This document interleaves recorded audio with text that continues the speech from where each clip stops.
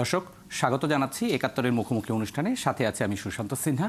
আজ আমরা আলোচনা করব দ্বিখণ্ডিত এনবিআর সম্ভাবনা ও শঙ্কা। এই বিষয়ে কথা বলার জন্য আমাদের স্টুডিওতে উপস্থিত আছেন সিপিডির সম্মাননীয় ফেলো ও বিশিষ্ট অর্থনীতিবিদ ডক্টর মুস্তাফিজুর রহমান, এবং একই সঙ্গে আছেন জাতীয় রাজস্ব বোর্ডের সাবেক সদস্য আমিনুর রহমান, যিনি জাতীয় রাজস্ব বোর্ড সংস্কার কমিটির একজন সদস্য।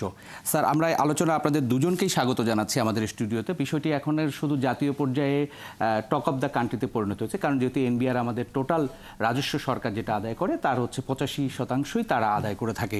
তাহলে সেই এনবিআরকে দ্বিখণ্ডিত করা হয়েছে।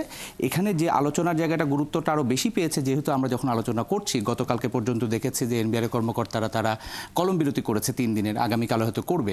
তাহলে এই পরিস্থিতিতে সামনে বাজেট, সময়টা কি আসলে ঠিক হয়েছে যে কোন সময় আপনি দ্বিখণ্ডিত করবেন, সেই বিষয়টি আপনার কাছে শুরুতেই জানতে চাই। ধন্যবাদ সুশান্ত। আমার মনে হয় যে এনবিআরকে দ্বিখণ্ডিত করা হয়েছে এটা না বলে আসলে এনবিআরকে তো বিলুপ্ত করা হয়েছে। নতুন দুটো বিভাগ স্থাপনা করা হয়েছে। হ্যাঁ, এটা বিভাগ হয়েছে। সুতরাং সেখানে একটা বড় কাঠামোগত পরিবর্তন এসেছে। হ্যাঁ, সময়ের দিক থেকে আমরা যদি বলি, এখন তো আমাদের বাজেট 2 তারিখে দেওয়া হবে, জুন মাসের, এবং আমরা জানি যে বছরের শেষের সময়টাতে রাজস্ব আহরণের ক্ষেত্রে একটা বড় ধরনের একটা চাপ থাকে। এনবিআর এর পক্ষ থেকেও একটা উদ্যম থাকে। এই সময় কর্মবিরতি এগুলো তো আমাদের যে চলমান কার্যক্রম এটাকে ব্যাহত করবে, এটা বলাই যায়। কিন্তু তারপরও এই কাঠামোগত পরিবর্তনটা প্রয়োজন ছিল, এবং যারা এটার বিভিন্ন দিক নিয়ে আপত্তি করছেন তারাও এটার প্রয়োজনীয়তাকে কিন্তু না করছেন না। কিভাবে করা হচ্ছে, হ্যাঁ, তারা কিভাবে করা হবে, দায়িত্ব কার থাকবে, কতটুকু সমন্বয় কিভাবে হবে, এগুলো নিয়ে তাদের কনসার্ন আছে। আমিনুর রহমান ভাইরা যে প্রস্তাব দিয়েছেন সেটা কতটুকু গৃহীত হলো, ওইটাকে পাবলিক করা হয়নি, সেটা নিয়ে তাদের কিছু দুশ্চিন্তা আছে।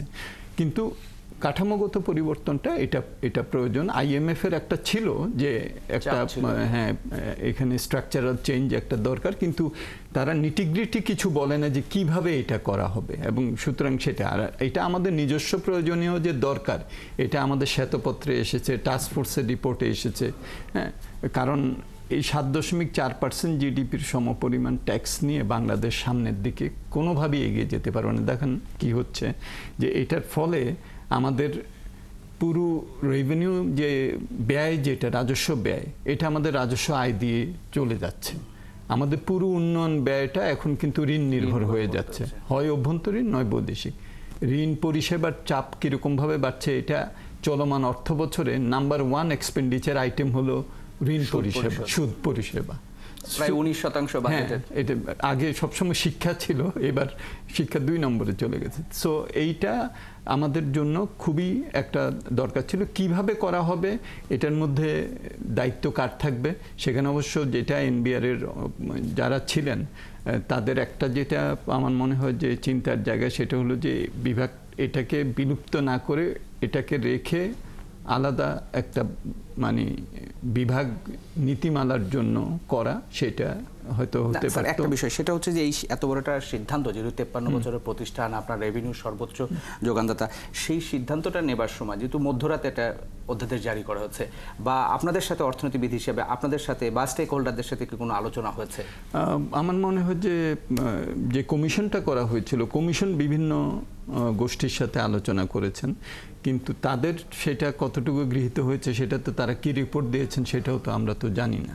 কিন্তু তাদের আলোচনা হয়েছে। কিন্তু সরকার যেটা অধ্যাদেশ জারি করেছেন, সেই অধ্যাদেশের প্রেক্ষিতে কি আলোচনা হয়েছে সেটা অবশ্য আমরা জানি না। এমনি মোটা দাগে স্টেক হোল্ডার বলতে অর্থনীতিবিদ বা জাতীয় পরামর্শ কমিটি আমাদের বাজেট নিয়ে আলোচনা করে, তাহলে এনবিআরকে এরকম নীতি এবং না, সেটা তো অবশ্যই আরেকটু বড়ভাবে, বিশেষত তাদের রিপোর্টে কি প্রতিবেদনে কি বলা হয়েছে, এবং এগুলো এখন যেটা আসছে এটা কি কারণে, সেখান থেকে যদি কোনো একটা বিচ্যুতি হয়ে থাকে বা সেখানের সাথে যদি সমন্বিতভাবেও হয়, তাহলেও সেটা আরেকটু বৃহত্তর পরিসরে আমার মনে হয় যে আলোচনা করাটা দরকার ছিল। স্যার, শ্বেতপত্রে আপনারা বলেছেন এই বিষয়টা, সেটা নিয়ে আলোচনা করব। তার আগে স্যার আপনার কাছেই যেহেতু আসতে চাই, আপনারা একটা কমিশনের সংস্কার করার সুপারিশ করেছিলেন, সেই সুপারিশের আলোর মুখ এখনও পুরো রিপোর্টটা জমা পড়েনি, অথবা যতটুকু জমা দিয়েছেন যে অংশটুকু সেটাও পাবলিক করা হয়নি। যদিও শ্বেতপত্র পাবলিক করা হচ্ছে, স্বাস্থ্য কমিশন পাবলিক করা হচ্ছে, অনেকগুলো নারী কমিশন এটা পাবলিক করা হচ্ছে, শ্রম কমিশনটা পাবলিক করা হচ্ছে, কিন্তু যেটা করা হয়নি সেটাই সবার আগে সরকার বাস্তবায়ন করে ফেললো।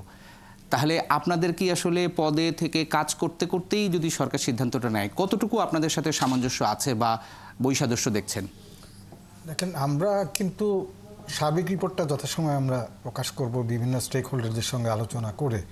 তো আমরা যখন কাজ শুরু করলাম তখন উপদেষ্টা মহোদয় বললেন যে এই জিনিসটা তারা দ্রুত করতে চান, যে নীতি এবং বাস্তবায়নটাকে পৃথকীকরণ। সেই জন্য আমরা ওটা প্রায়োরিটি ভিত্তিতে ওটার উপরে কাজ করলাম। এবং আমরা কিন্তু যে সংস্কার কমিটি যারা রয়েছে, আমরা আমাদের দুই ক্যাডারের যারা বিসিএস কর এবং কাস্টমস প্লাস আমরা এমনকি আরও লেভেলের যেসব আমাদের সমিতি আছে, তাদের যে সমিতি, তাদের সঙ্গে আলোচনা করেছি, ব্যবসায়ী সমিতির সঙ্গে, বিশ্ব ব্যাংকের সঙ্গে আমরা সবার মতামত নিয়েছি। এবং এই মতামতের ভিত্তিতেই আমাদের কমিটি একটা এই বিষয়ের উপরে একটা সুপারিশ মাননীয় অর্থ উপদেষ্টা মহোদয়ের কাছে দিয়েছে। এবং সবাই কিন্তু এই যে পৃথকীকরণের ব্যাপারে যে নীতি এবং বাস্তবায়নটা আলাদা করতে হবে, এই ব্যাপারে কিন্তু কারো আমরা দ্বিমত পাইনি, সবাই কিন্তু এই ব্যাপারে একমত। মানে আন্দোলনকারীরাও কিন্তু একই কথাই বলছে, তারা এটার বিরোধিতা করছে না, বিরোধিতা করছে যে ক্লজের। সবাই এখন সেটা কিভাবে করা হবে সেই জায়গাটায় সমস্যাটা তৈরি হয়েছে। এখন এই যে সমস্যাটা তৈরি হয়েছে, এটা কিন্তু আগে আমরা দেখি যে এখন যেটা আমরা অধ্যাদেশটা দেখলাম, এটা কিন্তু আগে মন্ত্রিপরিষদে আমার ধারণা 3-4 মাস আগে এটা মন্ত্রিপরিষদ বিভাগ কিন্তু এই ব্যাপারে নীতিগত সিদ্ধান্ত নিয়েছিল। নীতিগত সিদ্ধান্তের পরে জিনিসটা যখন অর্ডিন্যান্সের আকারে আসলো, ঠিক ওইভাবে আসছে বলে আমাদের কাছে মনে হয়নি। না, একটু যদি দর্শকদের একটু বুঝিয়ে বলতেন স্যার, কারণ যেহেতু এটা কাস্টমস ট্যাক্স বিষয়টাই সব জটিল। না, আপনাদের যে জায়গাটা ছিল আকুতিটা, যেটা আমাদের এনবিআর এর সক্ষমতা বৃদ্ধি, কারণ স্যার যেটা বললেন আমার রেভিনিউ যা আয় তা দিয়ে ব্যয় করছি, কোনো ফিসকাল স্পেস থাকছে না, সেই জায়গায় আসলে আপনারা এনবিআর এর সক্ষমতা বৃদ্ধির জন্য নীতি এবং পলিসি বাস্তবায়নটাকে আলাদা করবার জন্য কি বলেছিলেন বা কী ধরনের হওয়ার কথা আপনারা সাজেস্ট করেছিলেন মোটা দাগে, আর হয়েছেটা কি? এটা কিন্তু সংস্কারের, যেটা মুস্তাফিজ সাহেব বললেন, যে সংস্কারের মূল একটা কথা আমাদের মাথায় সবসময় আছে, যে আমাদের ট্যাক্স জিডিপি রেশিওটা একেবারেই আশাবাঞ্জক না, সেটার মধ্যে ব্যাপক উন্নতি যত দ্রুত সম্ভব করতে হবে। সেটার ব্যাপারে কিন্তু এই যে পৃথকীকরণের রোল তত মেজর না, আমাদের অন্য জায়গায় রিফর্মগুলো আনতে হবে কাজের পদ্ধতির মধ্যে। এবং অ্যাট দি সেম টাইম যে আমরা মনে করছি যে আমাদের কর নেটটা যথেষ্ট সম্প্রসারিত নয়, এবং যেই জায়গাগুলোতে কর ফাঁকি হচ্ছে ইদানিং তার সঙ্গে যুক্ত হয়েছে অর্থ পাচার, হ্যাঁ, এইগুলোকে কিভাবে মূল স্রোতে নিয়ে আসা যায়, সেই রিফর্মগুলো কিন্তু বেশি প্রয়োজন। সেগুলোর উপরে আমরা কাজ করছি এবং আমরা যথাসময়ে এটা ইন পাবলিকও আমরা করব, এবং অন্যান্য স্টেক হোল্ডারদের সঙ্গে আমাদের রিপোর্টটা ফাইনাল করার আগে আমরা তাদের সঙ্গে আলোচনা করব। তো কাজেই আমার কাছে মনে হচ্ছে যে দুইটা কিন্তু দুই জিনিস, যে আমরা পৃথকীকরণটা এই জন্য দরকার যে যখন যে নীতিগুলো প্রণয়ন হচ্ছে, নীতি প্রণয়নের ক্ষেত্রে আমাদের জাতীয় রাজস্ব বোর্ডের কর্মকর্তারা থাকলে ওনার অন্যান্য যেগুলো সরকারের বিবেচনার বিষয় আছে, যেমন ধরেন এখানে বাণিজ্য মন্ত্রণালয়ের বিষয় আছে, বা শিল্প মন্ত্রণালয়ের বিষয় আছে, বা বাংলাদেশ ব্যাংকের বিষয় আছে, সেই বিষয়গুলোর যে এর সঙ্গে কানেক্টিভিটি ওনারা অনেক সময় ঠিক বুঝতে পারেন না। সেই জন্য আমরা চেয়েছিলাম যে এরকম একটা পর্যায়ে, এবং আপনারা যদি দেখেন এখানে একটা পরামর্শক কমিটি কিন্তু আমরা প্রেসক্রাইব করেছি, এবং সেটা অধ্যাদেশের মধ্যে এসেছেও, যে পরামর্শক কমিটি থাকবে নীতিতে, যারা এই জিনিসগুলো যখন নীতিতে প্রণয়ন করা হবে তখন নিয়ে আসবেন। সেটা কিন্তু এনবিআর এর ক্ষেত্রে এটা করা কঠিন, এনবিআর এর যে বর্তমান কাঠামো আছে, সেই কারণে নীতিটা আলাদা হওয়ার প্রয়োজন আছে। এবং আমার কাছে মনে হয় যে সেটা যদি পৃথিবীর উন্নত দেশগুলোতে দেখেন, সেগুলো সবগুলোই কিন্তু কম বেশি, এমনকি ভারতেও যদি দেখেন আপনি, ভারতে কিন্তু নীতিটা প্রণয়ন করে ওদের রেভিনিউ ডিভিশন, আর ওটা দুইটা বোর্ড আছে যারা বাস্তবায়নে, একটা ডাইরেক্ট ট্যাক্সের বোর্ড, একটা ইনডাইরেক্ট ট্যাক্সের বোর্ড। কাজে ওইখানেও কিন্তু পৃথকীকরণ রয়ে গেছে। এবং আমাদের আরও একটু এই সঙ্গে আমি যুক্ত করতে চাই, এই পৃথকীকরণের সিদ্ধান্ত কিন্তু 2009 সালে একবার এনবিআর থেকে নেওয়া হয়েছিল এবং সরকার থেকে। এটা কিছু দূর আগানোর পরে এটা মাঝপথে থেমে যায় আর কি। তখন 2009-এর পরে যখন সরকার ক্ষমতায় আসলেন, রাজনৈতিক সরকার, তারপরে জিনিসটা আগায়নি। কিন্তু তখন যিনি, বিশেষ করে আমার যতদূর মনে পড়ে, যে তত্ত্বাবধায়ক সরকারের সময় মির্জা আজিজুল ইসলাম সাহেব অর্থ উপদেষ্টা ছিলেন, ওনার সভাপতিতে এই সিদ্ধান্তটা নেওয়া ছিল যে পৃথকীকরণ করা হবে এবং প্রাথমিক কাজও এনবিআর থেকে করা হয়েছিল। কাজে এটা কিন্তু ধারাবাহিকতা এসছে। এইটা কি এরকম করলে ভালো হতো? আমি জানি না আপনারা কি পরামর্শ দিয়েছেন যে এনবিআর যেটা আছে এটাকে রেখে এটার যে বাস্তবায়ন যেটা এটার দায়িত্বটা এনবিআর এর কাছে রেখে দেওয়া, হ্যাঁ রাখা, কারণ বিলুপ্ত না করে। হ্যাঁ, এবং সেখানে তো এখন তো যেহেতু দুইটা বিভাগ হয়েছে, এখন কে এটার প্রধান হবেন, কোন ক্যাডার থেকে হবেন, এইটা নিয়ে দেখছি যে একটা বড় ধরনের একটা সমস্যা হয়ে গেছে এবং আশঙ্কা তৈরি হয়েছে। এবং সেখানে আচ্ছা নীতি বিভাগ যেটা সেখানে হয়তো বা আমরা যদি অ্যাডমিন ক্যাডার বা ওখানে লেখা নাই যে অগ্রাধিকার কাকে দেওয়া হবে সেটা, কিন্তু এখানেও তারা আশঙ্কা করছেন যে হয়তো বা তাদের মধ্য থেকে হয়তো সর্বোচ্চ পদে তারা যেতে পারবেন না, কারণ ওখানে একটু আমাদের যে প্রচ্ছন্নভাবে যেভাবে আমাদের পরামর্শ কমিটির কিন্তু আমরা রিপোর্টের মধ্যে বলেছিলাম যে একেবারে এক্সক্লুসিভলি এটা এই দুই ক্যাডারের মধ্যে থেকে নেওয়া উচিত। কোন দুই ক্যাডার স্যার আপনারা বলেছেন সুনির্দিষ্টভাবে? যেহেতু রিপোর্ট আপনাদের প্রকাশ হয়নি সেই কারণে বারে বারে আপনাকে পরিষ্কার করে বলবার জন্য বলছি। এই আয়কর এবং ভ্যাট কাস্টমস এই দুজন। হ্যাঁ, কিন্তু পরবর্তীকালে দেখলাম এটা ছাড়াও আরো প্রশাসন সহ অন্যান্য যেমন ধরেন অডিট অ্যাকাউন্টস আছে, তারপর অর্থ আরো বিভিন্ন বিষয়গুলো আছে যে তারাও they will also be eligible এবং তাদের এখানে বলছে অগ্রাধিকার দেওয়া হবে। এখন যেটা অগ্রাধিকার ব্যাপারটা একটু ধোঁয়াশা আর কি। এখন এখানে জাজমেন্টাল অনেক ইস্যু আছে বাস্তবে যে, এবং সেইখানে আরেকটা জিনিস কিন্তু মাথায় রাখতে হবে যে এই যে সরকার কোন কাজে কাকে পদায়ন করবেন সেটার জন্য ক্যাডার কম্পোজিশন রুলস বলে একটা আইন আছে, সেইখানে কিন্তু এই জিনিসটা সাজাতে হবে, অর্ডিন্যান্সে যাই থাকুক, না হলে কিন্তু জিনিসটা কার্যকরভাবে আগাবে না যদি এটাকে প্রাতিষ্ঠানিক রূপ দিতে হয়।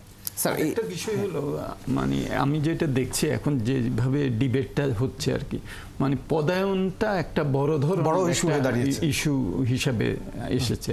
আসলে আমাদের দেখতে হবে যেটা রহমান স্যার ঠিকই বলছেন যে মানে আমাদের ফিল্ড লেভেলে কার্যক্রমটা কিভাবে আমরা ভালোভাবে বিন্যস্ত করে প্রযুক্তি, জনশক্তি এগুলোকে একটা সমন্বয় করে আমরা কিভাবে ট্যাক্সটা বাড়াতে পারি, ট্যাক্স জিডিপি রেশিও, ট্যাক্স আহরণ, লিকেজ যেগুলো আছে। কিন্তু এখন মূল ডিবেটটা কিন্তু চলে গেল হলো যে কে দায়িত্বে থাকবেন এইটা। তবে অবশ্যই আমরা এখানে কিন্তু আগেও যে সমস্যাটা হয়েছে যে যারা ট্যাক্স সম্বন্ধে হয়তো জানেন না, হয়তো তাদেরকে অনেক সময় উচ্চ পদে নিয়ে আসা হয়েছে, তখন পরবর্তীতে নানান ধরনের সমস্যা হয়েছে। এখন যেরকমভাবে ট্যাক্স ইত্যাদি জটিল হচ্ছে, বাংলাদেশ এলডিসি গ্র্যাজুয়েশন হচ্ছে, আমাদেরকে অনেক কিছু চেঞ্জ করতে হবে।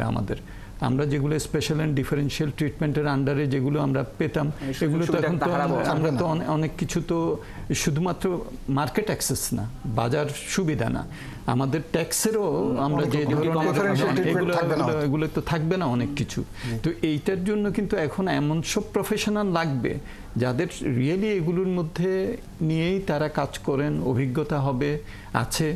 সুতরাং এটা কিন্তু একটা বড় ধরনের। আবার অন্য দিক থেকে যখন নাকি আমরা আগে দেখেছি যে একটা আমাদের মুক্ত বাণিজ্য অঞ্চলের আলোচনা হচ্ছে, তো সেখানে একটা মেজর কনসার্ন আবার এনবিআর এর থাকে যে রেভিনিউ তো কমে যেতে পারে, আমি যদি মার্কেট অ্যাক্সেস চাই আমাকেও দিতে হবে, তখন এইটা আবার একটা সমস্যা হয়। সো নীতিমালাটা যে বাইরে করা হয়েছে এবং তারা যে একটা বৃহত্তর প্রেক্ষাপটে এটা দেখবেন, সেখানেও কিন্তু এনবিআর এর মানে আমাদের যারা রাজস্ব বাস্তবায়ন বিভাগ আছে তাদেরও কিন্তু একটা ইনপুট লাগবে।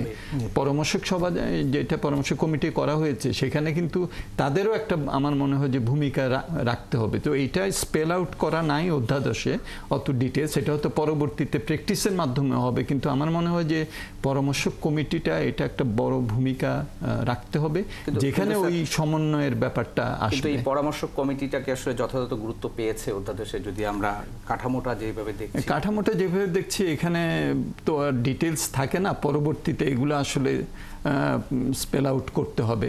এখন পরামর্শ কমিটিটা যেভাবে আছে ওইটা পরামর্শ কমিটি, নীতি বিভাগ যেটা আছে নীতি বিভাগই সিদ্ধান্ত নেবেন। কিন্তু এখন কথা হলো কি পুরাটাই আমার মনে হয় যে লিডারশিপটা কীরকম ভাবে আসে তার উপরে অনেক কিছু নির্ভর করবে। আমরা অধ্যাদেশের এই দাড়ি কমার মধ্যে এগুলো কখনোই আমরা এগুলো পুরোপুরি করতে পারবো না। এটা প্র্যাকটিসে যে আমাদের মূল যে দর্শনটা আছে, মূল যে লক্ষ্য আছে, সেই লক্ষ্য নির্দিষ্টভাবে আমরা কি করলে আমাদের বেস বাড়াতে পারি, আমাদের লিকেজ কমাতে পারি, আমাদের রেভিনিউ জিডিপি রেশিওটা জিডিপি বাড়াতে পারি, এইটাকে মাথায় নিয়ে যদি লিডারশিপটা আসে, তাহলে আমার মনে হয় যে অনেকগুলি যে বিষয়ই আমরা পরবর্তীতে এটাকে আমরা হয়তো সুরাহা করতে পারবো।